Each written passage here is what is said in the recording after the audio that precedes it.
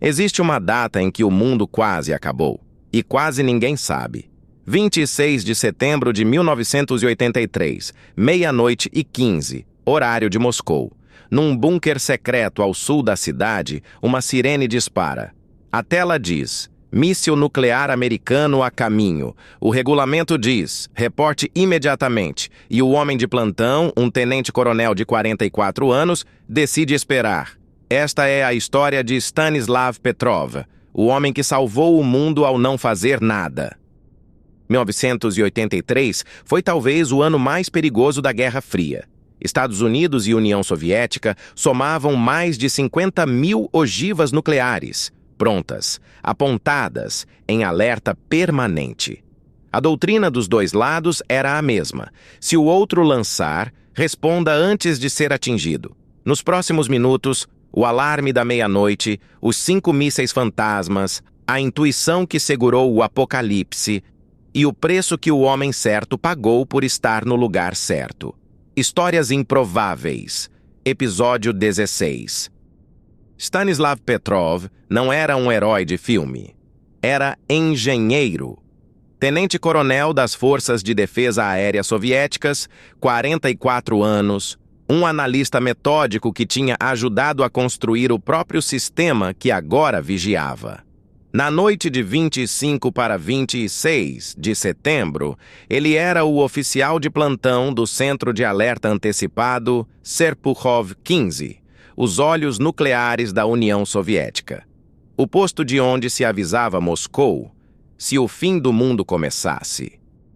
E o mundo já estava em brasa. 3 semanas antes, um caça soviético tinha abatido este avião, o voo Korean Air 007, um 747 de passageiros que invadiu por engano o espaço aéreo soviético. 269 pessoas morreram. Reagan chamava a União Soviética de Império do Mal. O Kremlin, doente e paranoico, estava convencido de que os americanos preparavam um ataque surpresa. Era nesse clima que qualquer alarme seria lido como guerra. A União Soviética vigiava o céu com um sistema chamado OKO, olho, em russo. Satélites apontados para os campos de silos americanos, radares gigantes varrendo o horizonte, tudo desaguando no bunker de Serpukhov 15. A lógica era brutal. Um míssil intercontinental leva cerca de 23 minutos até Moscou. Detectar cedo era a diferença entre responder ou deixar de existir.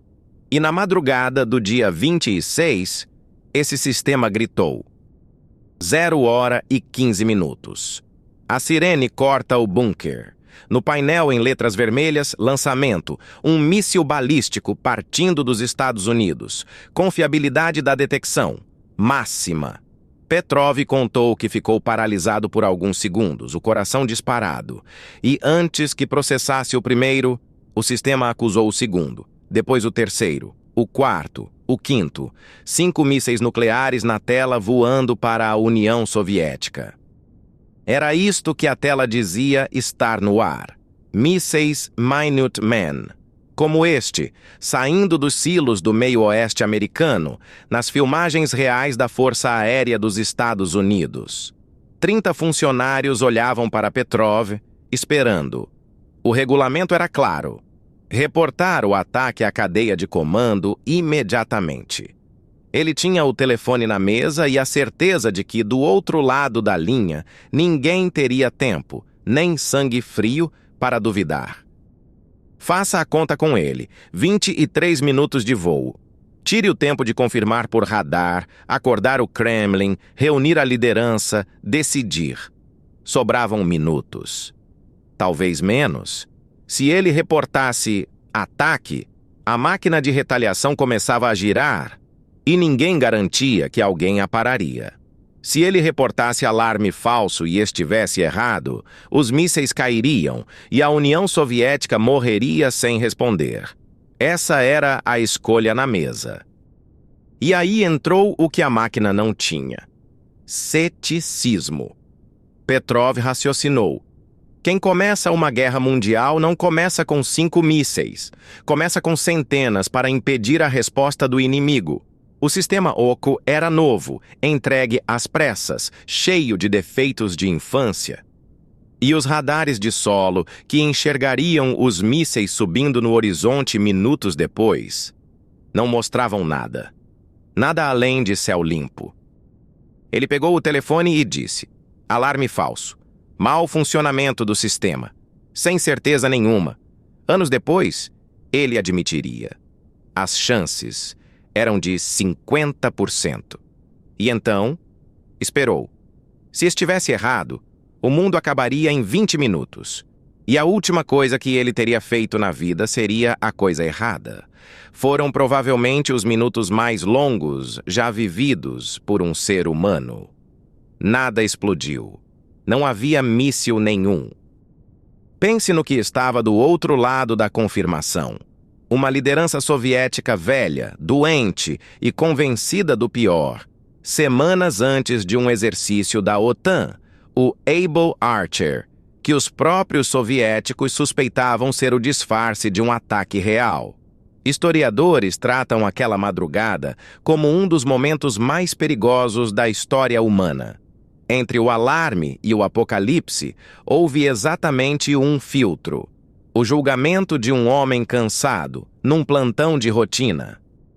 A investigação encontrou a causa, e ela é quase absurda: o Sol. No equinócio de outono, a luz do Sol refletiu em nuvens altas sobre Dakota do Norte, no ângulo exato para cegar os sensores do satélite soviético, que leram o brilho como o fogo de 5 lançamentos. A civilização quase terminou, por causa de um reflexo.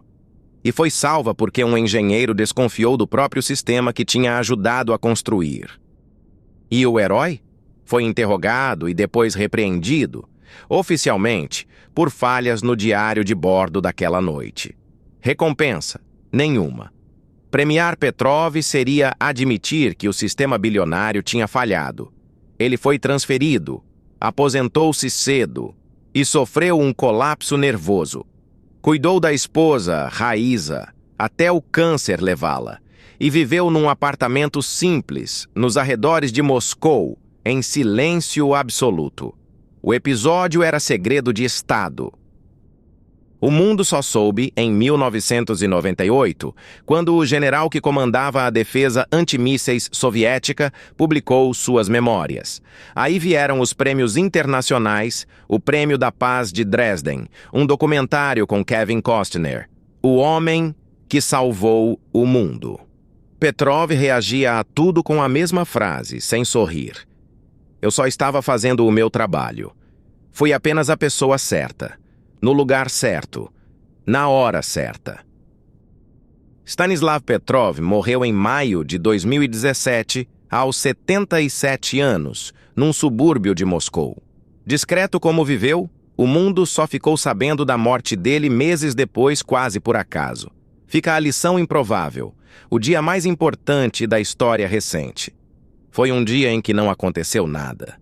Na próxima, a adolescente que caiu de um avião a 3.000 metros e saiu andando da Amazônia. Se inscreve e ativa o sino. Até a próxima história improvável.